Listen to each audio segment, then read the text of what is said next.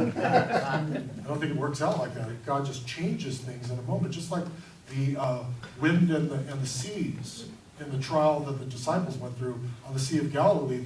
The wind and rain were coming down, and the seas were turbulent, and the boat was sinking, and Jesus said, "Peace, be still," and everything changed. Not only did everything change, but it was a whole different reality. And it was the same thing with Lazarus as he came out of the tomb. He was now like whole and made whole. And so these men go back to the Jews, they go back to the Pharisees and tell them everything that Jesus did. For the sake of prove to them that Jesus was doing something that was something that they would disagree with, to stir up trouble for him, and so it was. In verse 47, the chief priests and the Pharisees gathered a council and said, "What shall we do? For this man works many signs." Imagining that, having an emergency session because someone is running around healing the blind, feeding the hungry, laying hands on people and having them walk when they didn't walk before. Oh, this guy is like greatly dangerous to us, and he was, as far as their rule over the people. The contrast between Jesus and the religious leaders of the Jews was great. So the chief priests and Pharisees gathered a council and said, "What shall we do? For this man works many signs. If we let him alone, if we don't do anything about him, if we let him alone like this, everyone will believe in him, and the Romans will come and take away both our place and nation." So there existed a fear by the Jews that Jesus wanted to take over the nation of Israel, become their king, because it was even prophetic that the Messiah would come and he would rule and reign and he would be King of Kings and Lord of Lords. They had these in their scriptures, so they knew that the coming Messiah would do this. So Jesus, they're saying, no, he's not really the Messiah. But they were afraid that if he was the Messiah, they would lose their positions, they would lose their wealth, they would lose their rule over the people. So even if they did believe he was the Messiah, they would still try to kill him. Shows you the wickedness in men's hearts. They had a fear that Jesus had political ambition and that he wanted to become their king. And because of this, the Romans, who had rule over Israel at the time, would come and take away their place. Or did they mean their positions of power or the positions of influence and take over our nation? They did not understand that Jesus had no political agenda whatsoever. There would come a time when he would, and he would just take it.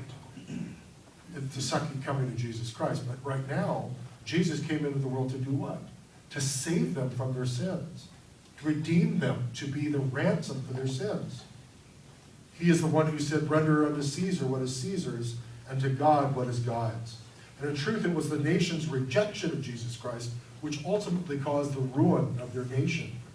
Verse 49 says, "And one of them, Caiaphas, being the high priest that year," because they traded off being the high priest, the different priests, "said to them, 'You know nothing at all, nor do you consider that it is expedient for us that one man should die for the people, and not that the whole nation should perish.'" What was he saying? Caiaphas was saying that it was absolutely necessary for Jesus to die so that the nation of Israel could survive. What's interesting about this is if you look at this, it's true. It's 100% true. Here is the high priest of Israel giving sanction to have Jesus put to death, actually have him murdered.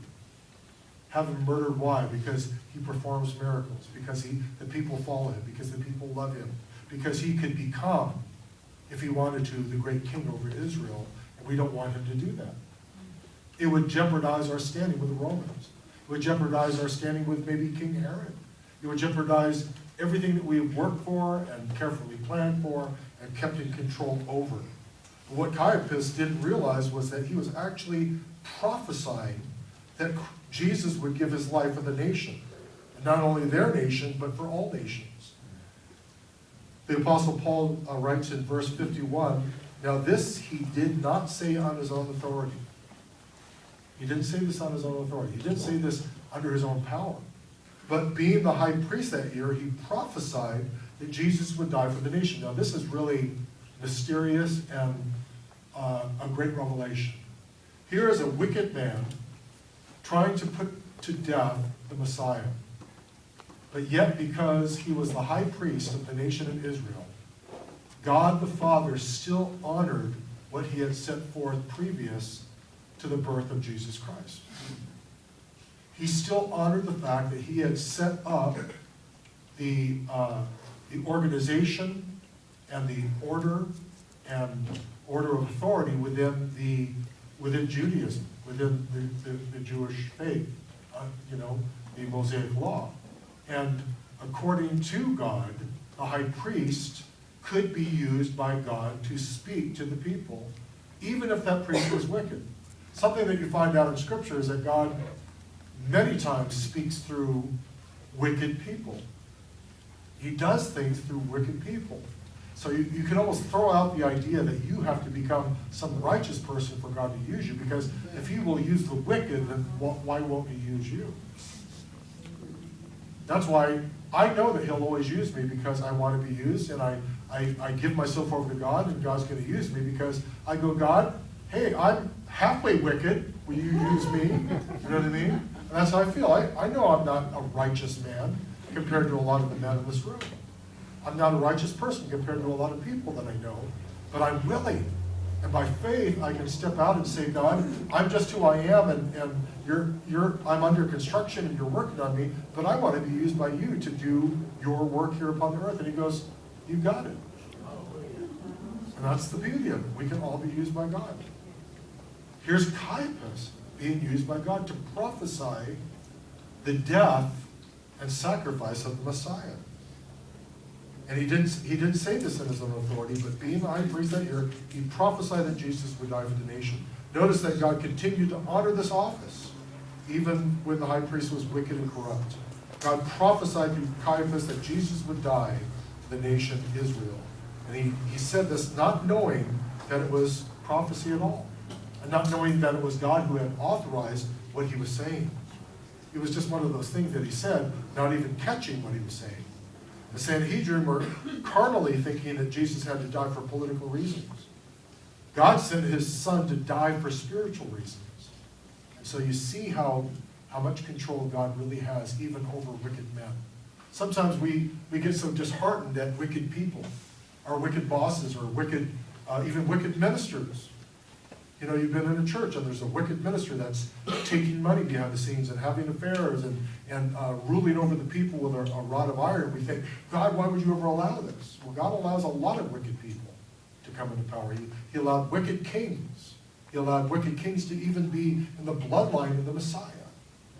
Why? Because it shows us that God is impartial and that everyone has the same opportunity to be righteous or wicked. People choose to be wicked, something they choose to do.